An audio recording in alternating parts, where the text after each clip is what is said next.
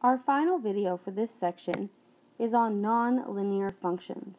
And we really get more in this when you go to Algebra 1. This is just kind of a basic introduction. First we start with linear, y equals x. We have a table, and the equation says y equals x. So in our table, all of our y values must match the x values. When we graph it, we set up our coordinate plane by labeling our x and y, and our graph looks something like this.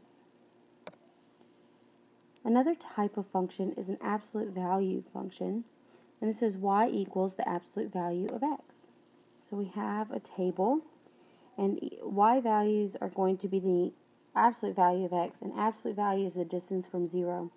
So negative 2 is 2 units from 0, so that y value is just 2. And when we graph it, we set up our coordinate plane and label our x and y, and our graph looks like this. This is a nonlinear function. It does not create one straight line. Another type of function is a quadratic. This is y equals x squared. So when we make our table, we're going to square all of our x values to determine our y value. So negative 2 squared is 4.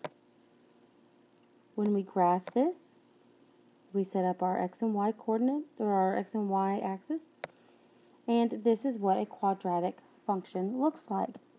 Again, this is a nonlinear function because it does not create a straight line.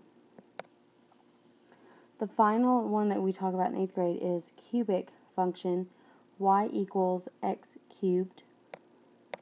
In our table, we're going to take all of our x values and we're going to cube them. So negative 2 cubed is negative 8.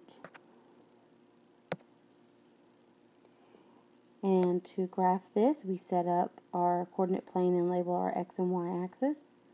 And then this graph looks like this. And again, you'll see these a lot more in 9th grade.